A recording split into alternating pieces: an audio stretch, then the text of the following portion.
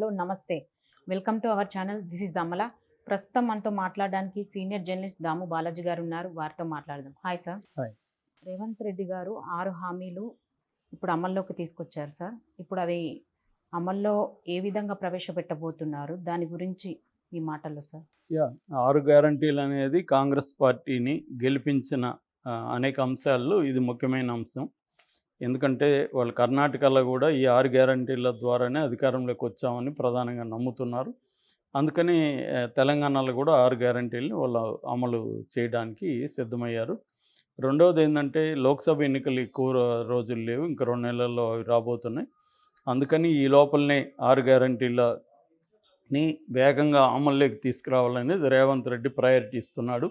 Already ఇందులో 2 పథకాలని already అమల్లోకి తీసుకొచ్చారు. ఒకటి ఉచిత బస్సు, రెండవది 10 లక్షల రాజీవ్ ఆరోగ్యశ్రీ అనేది. అయితే 6 గ్యారంటీలు ఏవని ముందు మనం చూస్తే ఫస్ట్ది గృహజ్యోతి. గృహజ్యోతి అంటే 200 యూనిట్ల వరకు ఇండ్లకు సంబంధించిన పవర్ని ఫ్రీగా ఇవ్వడం, ఉచిత విద్యుత్తు 200 యూనిట్ల వరకు మీకు ఏ రకమైన బిల్లు ఉండదు. ఒకటి. రెండవది మహాలక్ష్మి పథకం. మహాలక్ష్మి దాంట్లో 3 ఉన్నాయి. ఒకటేమో ఉచిత బస్సు స్త్రీలకి ఇది. రెండవది 2500 45 ఏళ్ళు దాటిన స్త్రీలకి 2500 ప్రతి నెల ఇస్తారు. ఇంకొక అంశం వచ్చి 500కే గ్యాస్ సిలిండర్. ఈ 3 కలిపి మహాలక్ష్మి పథకం. మూడవది రైతు భరోసా. రైతు భరోసాలో 15,000 పర్ ఇయర్ రైతులకు, కౌలు రైతులకు ఈ ఇద్దరికి 15,000 ఇస్తారు. కూలీలకి 12,000 ఇస్తారు. వరి పండిస్తే 500 రూపాయలు బోనస్గా ఇస్తారు. అయితే ఇందులో ఒక మెలిక పెట్టింది కాంగ్రెస్ ప్రభుత్వం. అదేంటంటే సాగు భూమికి మాత్రమే ఇస్తారు. బీఆర్ఎస్ ప్రభుత్వం ఏంటంటే అన్ని రకాల భూములకి ఇచ్చారు. ఇప్పుడు ఎక్కడో రియల్ ఎస్టేట్లో 10 ఎకరాలు కొన్నారనుకో, ఆ 10 ఎకరాలకి 100 ఎకరాల వాళ్ళకి కూడా రైతు బంధు అనేది పడింది.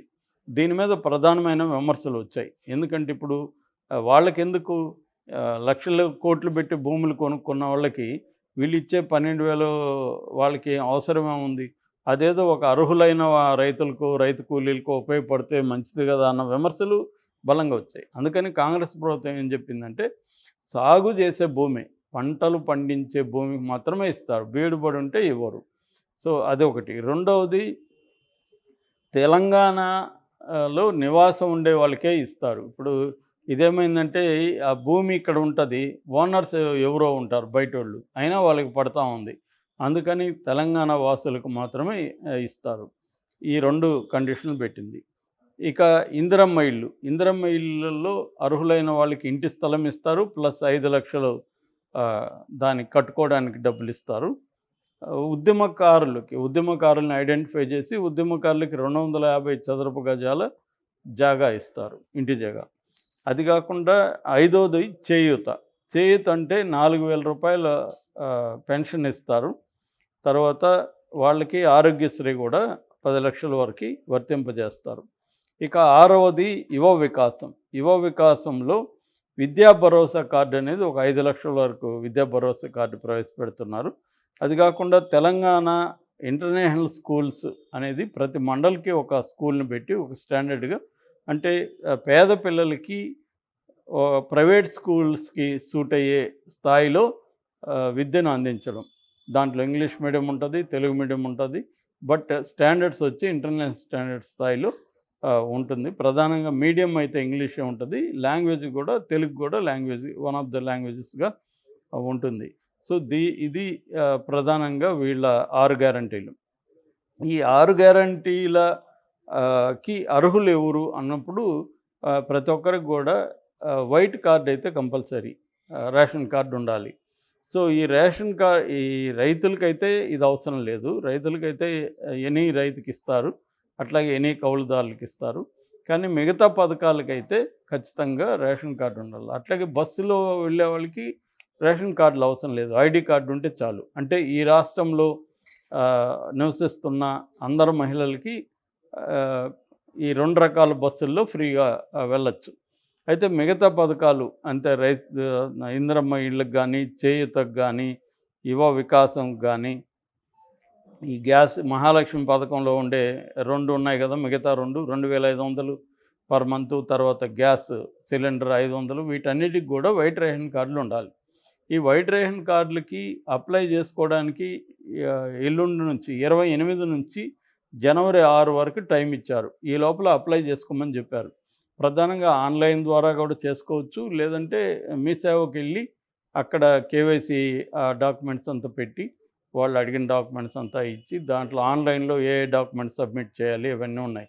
అంటే మెయిన్‌గా ఇన్‌కమ్ సర్టిఫికేటు అంటే గ్రామాల్లో 10,000 లోపల ఉంటేనే ఇన్‌కమ్ ఉంటేనే వైట్ రేషన్ కార్డ్ ఇస్తారు. 10,000కి పైన ఉంటే ఇవ్వరు. అదే సిటీల్లో అయితే 15,000, 15,000. సో ఇది క్రైటీరియా. అట్లాగే సొంత ఇల్లున్నా రేషన్ కార్డ్ రాదు. సొంత కారున్నా రాదు. ఇన్కమ్ ట్యాక్స్ ఆ ఫ్యామిలీలో ఎవరన్నా ఇన్కమ్ ట్యాక్స్ చెల్లిస్తున్నా, ఇన్కమ్ ట్యాక్స్ కానీ, ప్రాపర్టీ ట్యాక్స్ కానీ చెల్లిస్తున్నా కూడా వాళ్ళకి రాదనమాట. అంటే బీపీఎల్ అంటే ఈ బిలో పావర్టీ లైన్‌కి కింద పావర్టీ లైన్ కింద ఉన్న ఫ్యామిలీస్‌కి ప్రజలకు మాత్రమే రేషన్ కార్డులు వస్తాయి. ఎందుకంటే ఇప్పటివరకు రేషన్ కార్డులు ఈ 10 ఏళ్లలో 90 లక్షల మందికి 90 లక్షల రేషన్ కార్డులు ఉన్నాయి. నిజానికి అప్లై చేసుకుంటుండేది 2,85,00,000. తెలంగాణ పాపులేషన్ 3,85,00,000 అయితే అందులో 2,85,00,000 మంది అప్లై చేసుకుంటున్నారు. అందుకని అందరికీ ఇవ్వలేరు. ఒకవేళ అందరికీ రేషన్ కార్డులు ఇస్తే ఇవ్వడానికి అభ్యంతరం లేదు కానీ ఆ రేషన్ కార్డు మీద బేస్ చేసుకొని మిగతా పథకాలు ఉన్నాయి కాబట్టి ఇవన్నీ భరించడానికి తెలంగాణ ప్రభుత్వం దగ్గర డబ్బులు లేవు. ఆల్రెడీ 6,71,000 కోట్ల అప్పులు తెలంగాణ ప్రభుత్వానికి ఉన్నాయనేది కాంగ్రెస్ ప్రభుత్వం బయటికి తీసి శ్వేతపత్రాన్ని బయటపెట్టింది. ఇప్పుడు ఇలాంటి కాంటెక్స్ట్లో వీళ్ళు ఈ రేషన్ కార్డులు కానీ లిబరల్గా ఇచ్చేస్తే మిగతా తలనొప్పులు మొదలవుతాయి వీళ్ళకి. ఎందుకంటే సంవత్సరానికి వీళ్ళ హామీలన్నీ నెరవేరాలంటే దాదాపు 1,00,000 కోట్ల రూపాయలు కావాలి. రెవెన్యూ ఏమో 1,50,000 లక్షల కంటే ఎక్కువ లేదు. సో ఈ రెవెన్యూలో ఇటు గవర్నమెంట్ ఎంప్లాయీస్ శాలరీస్ ఇవ్వాలి. తర్వాత వడ్డీలే 25% నుంచి 30% వరకు వడ్డీలే పోతాయి అప్పులకి. అవి కాకుండా రన్నింగ్ గవర్నమెంట్ ఎక్స్‌పెన్సెస్ ఉంటాయి. ఇవన్నీ పోగా ఎక్కడి నుంచి తీసుకొస్తారు ఈ డబ్బులు? ఇదే పెద్ద సమస్య. ఈవెన్ బండి సంజయ్ కూడా ఈరోజు మీరు ఈ 6 గ్యారంటీలని ఎప్పటి నుంచి అమలులోకి తేబోతున్నారు, ఎలా తేబోతున్నారని కూడా అడుగుతున్నారు. కాంగ్రెస్ ముందుండే అతిపెద్ద ఛాలెంజ్, ముఖ్యంగా రేవంత్ రెడ్డి మీద ఉండే అతిపెద్ద ఛాలెంజ్ ఇదే. ఎందుకంటే ఇప్పుడు వీటిని అమలు చేస్తేమో ఒక సమస్య, అమలు చేయకపోతే ఒక సమస్య. అమలు చేయకపోతే ఎందుకు చేయట్లేదు అనేది అందరూ అడుగుతారు. అమలు చేస్తేమో అందరికి ఇవ్వలేరు. దీంట్లో కటింగులు పెట్టాలి. ఈ కటింగులు పెట్టినప్పుడు రాని వాళ్ళంతా ఇబ్బంది పడతారు. ఇప్పుడు సిటీల్లో 15,000 పెట్టారు. 15,000 అనేది చాలా కామన్ ఇవాళ ఒక పని మనిషి పని చేసుకొని వంట చేస్తే 5,000-6,000 ఒక ఇంట్లో సంపాదిస్తున్నాం. అలాగే 3 ఇంట్లు పోయినా ఆమె ఒకటే 15,000 అనేది ఆమెకు వచ్చేస్తుంది. సో ఇంక వాళ్ళ ఇంట్లో వాళ్ళ హస్బెండ్ సంపాదిస్తే ఇంకొక 15,000, 30,000 అనేది మినిమం ఇక్కడ సిటీలో. లేకపోతే వాళ్ళు బతకలేరు కూడా. ఇలాంటి పరిస్థితుల్లో 15,000 కట్ ఆఫ్ పాయింట్ పెట్టేసరికి ఎవరికి కూడా ఇంక వాళ్ళకి ఏమీ రాదు గవర్నమెంట్ నుంచి. వాళ్ళకి ఆరోగ్యశ్రీ రాదు, వాళ్ళకి పెన్షన్, ముసలోళ్ళు ఉంటే పెన్షన్ రాదు, తర్వాత వాళ్ళకి ఈ గ్యాస్ సిలిండర్ రాదు, ఏమీ రాదు. సో ఏమి రాకపోయినప్పుడు బర్డెన్ అయిపోతుంది వాళ్ళకి. సో ఇది మేజర్ పరిస్థితి. అంటే ఇప్పుడు అందుకని ప్రతిపక్షాలు వెయిట్ చేస్తున్నాయి. ఒక్కో పథకం వీళ్ళు ఎలా అమలు చేయబోతారని. బీఆర్ఎస్ వాళ్ళు అయితే చాలా కీన్గా అబ్జర్వ్ చేస్తున్నారు. ప్రతి చిన్న అడుగుని కూడా వాళ్ళు విమర్శిస్తున్నారు. మనం కూడా చూసాం, మనం ఎవరో ఒక ఆవిడ రేవంత్ రెడ్డి దీన్ని అప్రోచ్ అవ్వడానికి ట్రై చేసింది. ప్రజా దర్బార్లోకి 4 సార్లు వెళ్ళింది. ఆమెకి మేలు జరగలేదని కేటీఆర్ సహాయం చేశాడని వార్త పెద్ద వైరల్ చేశారు. నిజానికి వాళ్ళు దాని వెనక 10 ఏళ్లుగా మీరేం చేయకపోవడం వల్లే కదా వేలాది మంది వాళ్ళ ప్రజా దర్బార్కి వస్తున్నారు. మీరు సక్రమంగా వ్యవస్థలను పనిచేయించింది, వాళ్ళకి మేలు జరుగుంటే వేలాది మంది ఎందుకు రోజు వస్తారు అన్న విమర్శలు రివర్స్లో వాళ్ళ మీద కూడా వస్తున్నాయి. వీళ్ళు నెల కూడా కాలేదు ఇంకా అప్పుడే వీళ్ళ మీద తీవ్ర విమర్శలు చేస్తున్నారు అంటున్నారు. ఏదేమైనా కాంగ్రెస్కి అయితే ఇది పెద్ద ఛాలెంజ్ అని మనం చెప్పుకోవచ్చు. అంతే సార్, ఇప్పుడు సీఎం రేవంత్ రెడ్డి గారు 6 పథకాలు అమల్లోకి తీసుకొచ్చారు. తీసుకొచ్చినాక ఇప్పుడు కొత్తగా రేషన్ కార్డు వీళ్ళు మాత్రమే చేయాలని చెప్తున్నారు. ఆల్రెడీ పాత రేషన్ కార్డు ఉన్న వాళ్ళ పరిస్థితి ఏంటి సార్? లేదు, ఇంకా అవన్నీ చెల్లవు అనమాట. కొత్తగా మళ్ళీ అప్లై చేసుకోవాల్సింది అందరూ. ఆ 90 లక్షలు అనేవి చెల్లవు. కొత్తగా మళ్ళీ అందరూ కూడా అప్లై చేసుకోవాలి. ఎందుకంటే మారుంటారు కదా, ఆ ఫ్యామిలీలో పెళ్ళిళ్ళు అయి ఉండొచ్చు, ఆ ఫ్యామిలీలో ఉద్యోగాలు వచ్చి ఉండొచ్చు. కాబట్టి ఇప్పుడు ఎగ్జిస్టెన్స్లో ఉన్న రేషన్ కార్డులు పనికిరావు, ఇంకా అందరూ కూడా కొత్తవి అప్లై చేసుకోవాలి. Okay sir, thank you. Thank you.